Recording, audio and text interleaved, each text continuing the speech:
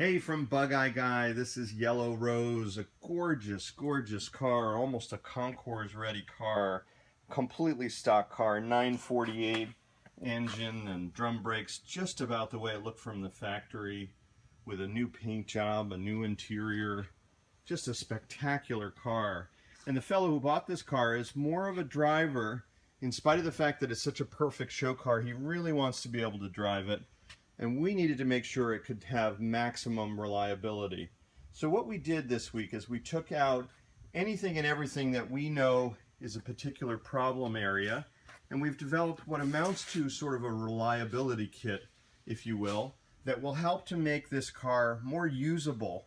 Some of the people that would buy a car like this would probably put very few miles a year. That's not the case with this particular customer. He'll probably drive the car several thousand miles a year, and thus reliability was really of primary importance. So we did a number of things that are kind of cool. This is the original stock fan that was on the car. This is the one that we put on the car. Now, of course, it's not concours anymore, but it's an easy thing to change back. You move a lot more air through this radiator with that yellow fan, and we noticed an immediate temperature reduction, and that's a nice improvement. This distributor cap has this. These are actually probably second generation, but they're very similar to the original wires that might have come on this car. I'm not sure if these are from the Mark II, but either way, it's from the early 60s with a side cap. And we've had issues with these carbon brushes coming out. We've had issues with these wires, and of course there are no insulators here. And not just to mention the age of these wires. So we replaced that with modern wires with a much more positive connection. That required a newer coil with a different style top.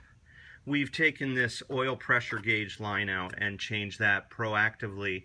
Now these are a major artery that allows oil to get up to the gauge in the dash.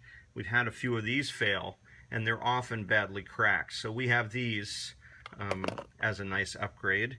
We've removed the whole oil filter assembly, which has a number of gaskets that are prone to leakage. And of course here between the bowl and the housing is an O-ring. And those O-rings, believe it or not, we've had them both difficult to install and get a good seal, but we've even had one fail completely. And right now, you can just see there that white is the spin-on oil filter assembly. Here are those more positive boots on the ignition wires. So it's a much more modern setup. And again, reliability being the goal was a smart thing to do. Here's the old heater valve. We replaced that with a new one. This is a chronic leak source. This packing in here can produce some antifreeze that, again, for reliability, that's not ideal. You might find the base will also leak. So that's been upgraded. Here's the original fuel pump. Now this is actually a reproduction replacement, but the original mechanical type has this diaphragm, which is right where my thumb is, this red diaphragm, and we've had those leak. But the other big challenge with these is that hard to do this with one hand, they generate their pressure by riding on the cam like so, and you need to crank the engine a whole bunch to develop a prime.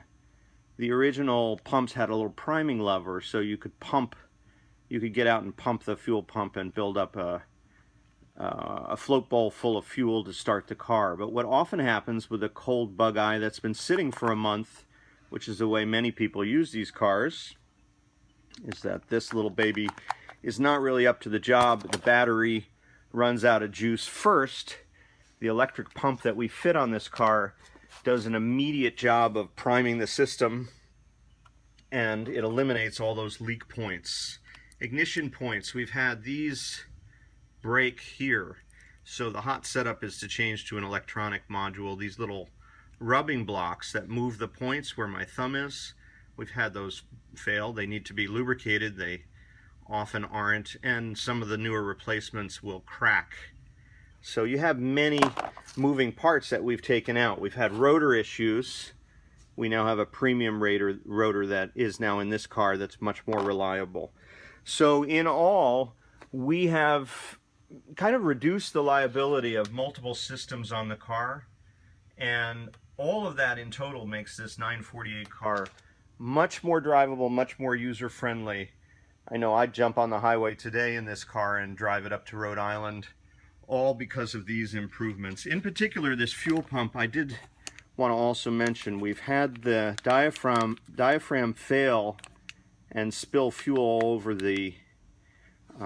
the ground, but also not too far from the hot exhaust pipe. And moreover, if it fails in such a way that it fills your oil sump with gasoline, this is really a very high liability. So we have a blanking plate that closes that off. We route the electric solid state pump in the back of the car.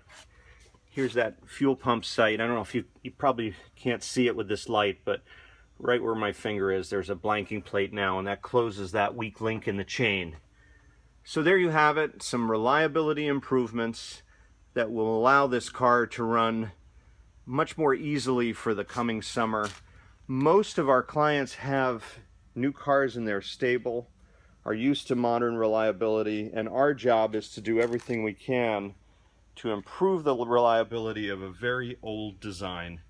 And that's what we're up to here at BugeyeGuy.com.